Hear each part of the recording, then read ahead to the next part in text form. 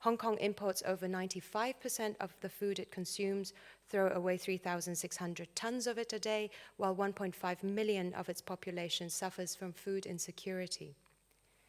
As the global population slowly moves towards 9 billion, more and more people will move to the cities.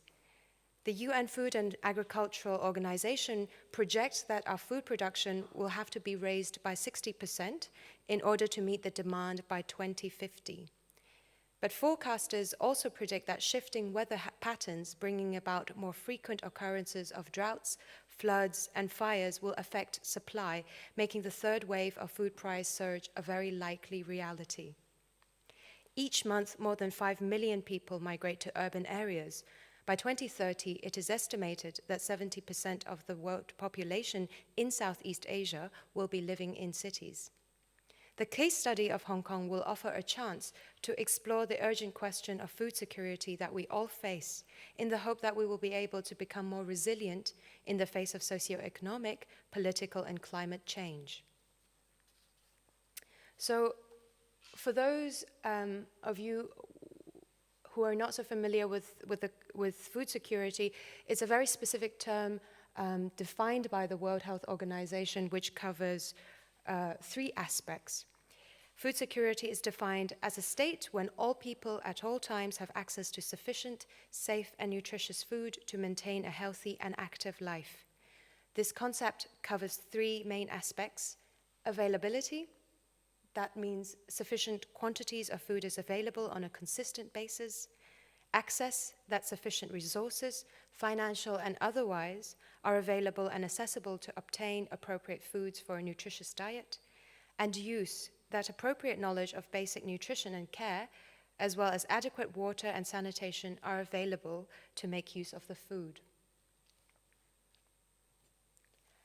Like many places in the world, this narrative has grown hand in hand with the need for food rescue, the recuperation and redistribution of surplus food, spearheaded mainly by NGOs in Hong Kong.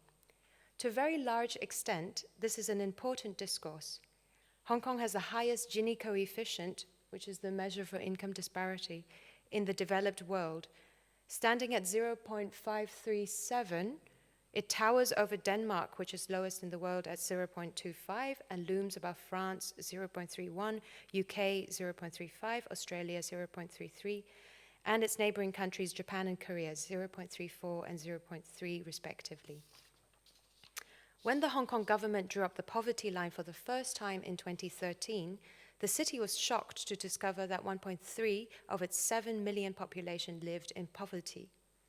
Based on the calculation of half the median income, a single-person household living on the poverty line will have a monthly budget of 3,500 Hong Kong dollars, which is about 350 euros, which gives a budget of 2.5 euros a day for food.